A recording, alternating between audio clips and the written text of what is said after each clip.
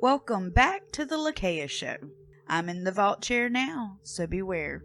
Grab a snack, grab a drink, sit back and relax as we chat about everything on the other side of normal. Well, hello everyone. I thought today we could probably chat about mediumistic cross correspondences and the ear of Dionysius. Have any of y'all heard of that? But first, let me backtrack just a little bit about the ear of Dionysius. Most people know about the limestone cave named the ear of Dionysius. It's in the city of Syracuse on the island of Sicily in Italy. It was dug out and widened for water storage during the Greek-Roman times. In 1608, a painter gave the cave its name after the tyrant Dionysius I of Syracuse. Now, according to the legend, Dionysius used the cave as a sort of prison and torture chamber. Legend claims that Dionysius carved the cave out specifically in an ear shape so that the screams of the prisoners could be amplified. It's also said that he kept his political adversaries there, and he would try to overhear what they said, or he would torture them to see what they said. I think that's a little bit much, but, that's just my opinion. In 1910, there was a medium by the name of Mrs. Willett who first mentioned the phrase the ear of Dionysius during a trance she went into. There were two other people present with her, a Mrs. Verrill and the classical scholar A.W. Verrill. Mrs. Verrill said the phrase meant nothing to her. She didn't, put it together with anything. However, A.W. knew about the cave in Syracuse and explained all about it. After that, no mention of the ear of Dionysius was said for several years until January of 1914. Mrs. Willett produced an automatic writing session, a script for Mrs. Verrill that contained a paragraph referring to the ear of Dionysius.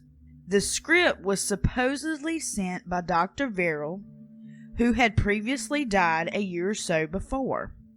Allegedly, the Verrills were supporters for the Society for Psychical Research, which firmly believed in private communications as evidence for life after death. So does that make it likely that Verrill would try to communicate his death after and his survival of death to his wife? The ear of Dionysius is often used as an example of the cooperation between two dead communicators and proof of survival after death. After all, Mr. Verrill's friend S.H. Butcher, another dead classical scholar, reportedly began a series of communications to Miss Willett.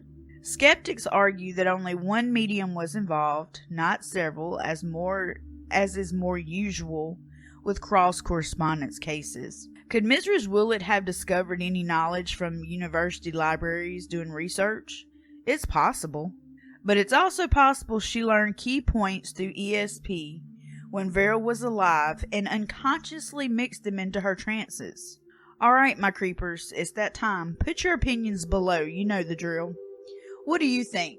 Do you think that both parties were actually using the phrase the ear of Dionysius to, say, hey, we survived after death, we're still here? Or do you think the medium herself was adding those in on her own accord? And speaking of all this ear talk, makes me think about when I was little and I would have an earache. Do any of y'all have home remedies to cure earaches?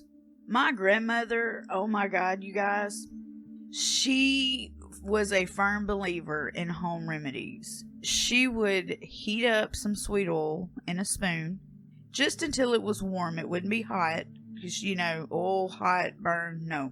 And she would take one drop and place it in the ear, inside the ear that was aching.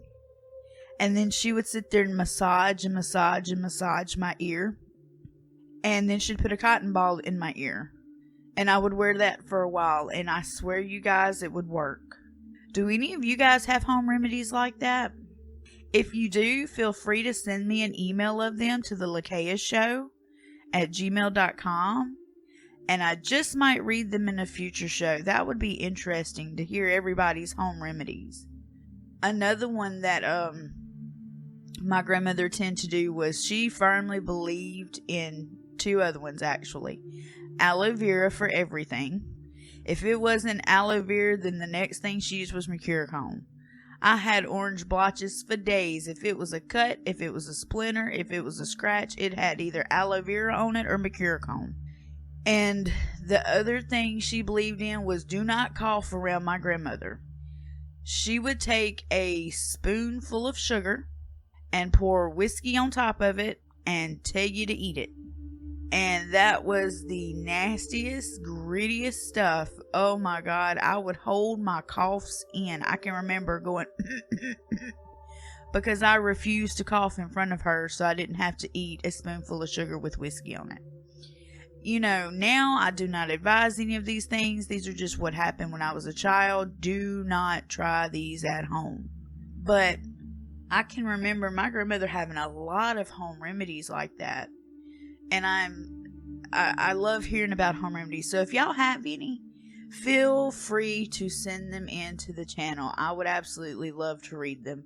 Like I said, you could send them to thelakayashow at gmail.com, and I will get to them as soon as possible. And maybe I'll compile them all together, or maybe I will, read one or two each episode coming up. We'll see. But with that being said, I had a wonderful time. I hope you did too. I have an interesting topic coming up next video. So if you haven't already, please hit the subscribe button, ring the bell so you get notifications. Feel free to leave likes and comments. All are acceptable. You can always email the show. Until next time, my creepers, light, laughs, and love from the Lakaya Show to you.